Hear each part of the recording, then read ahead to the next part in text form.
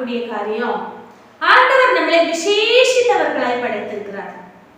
ரொம்ப ரொம்ப ரொம்ப விசேஷமானவர்களாய் படைத்திருக்கிறார்.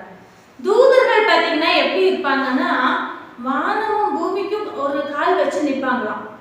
அந்த நட்சத்திரங்களை எடுத்து கோர்க்கிறவர்களா இருக்கிறாங்களாம். அவ்வளவு உயர்ந்தவங்களா இருக்காங்க. ஆனா தேவன் பாருங்க, விசேஷமான நமக்காக மல்கியா 3:1 இதோ நான் என் தூதனை உனக்கு முன்பாக அனுப்புகிறேன், அவன் போய் வழியை ஆயத்தம் பண்ணுவான்னு சொல்லி வேதம் சொல்லுகிறது.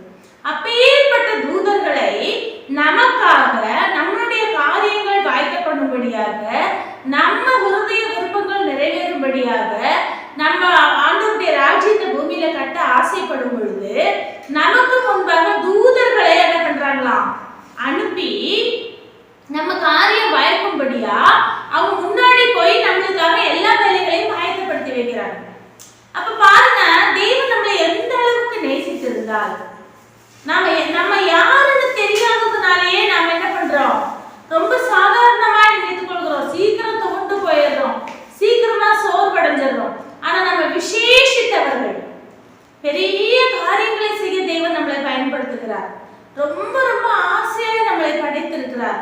நம்ம எல்லாம் புரிந்து கொண்டவர்களாய், தேவனை முழுக்க முழுக்க நேசிக்கிறவர்களாய், தூதர்கள் நமக்கு முன்பாக கடந்து போறாங்க, நம்ம காரியங்களை அவங்க பார்த்துக்குவாங்கன்ற விசுவாசத்தோடு நாம இருந்தா பெரிய பெரிய காரியங்களை நம்ம செய்ய முடியும். பெரிய பெரிய காரியங்கள் நமக்காக வைக்கப்பட்டிருக்கிறது. நிச்சயமா கர்த்தர் நம்மோடு கூட இருக்கிறாரு, நம்ம நேசிக்கிறாரு, நமக்காக தான் இது எல்லாத்தையும் படைச்சிருக்கிறாரு.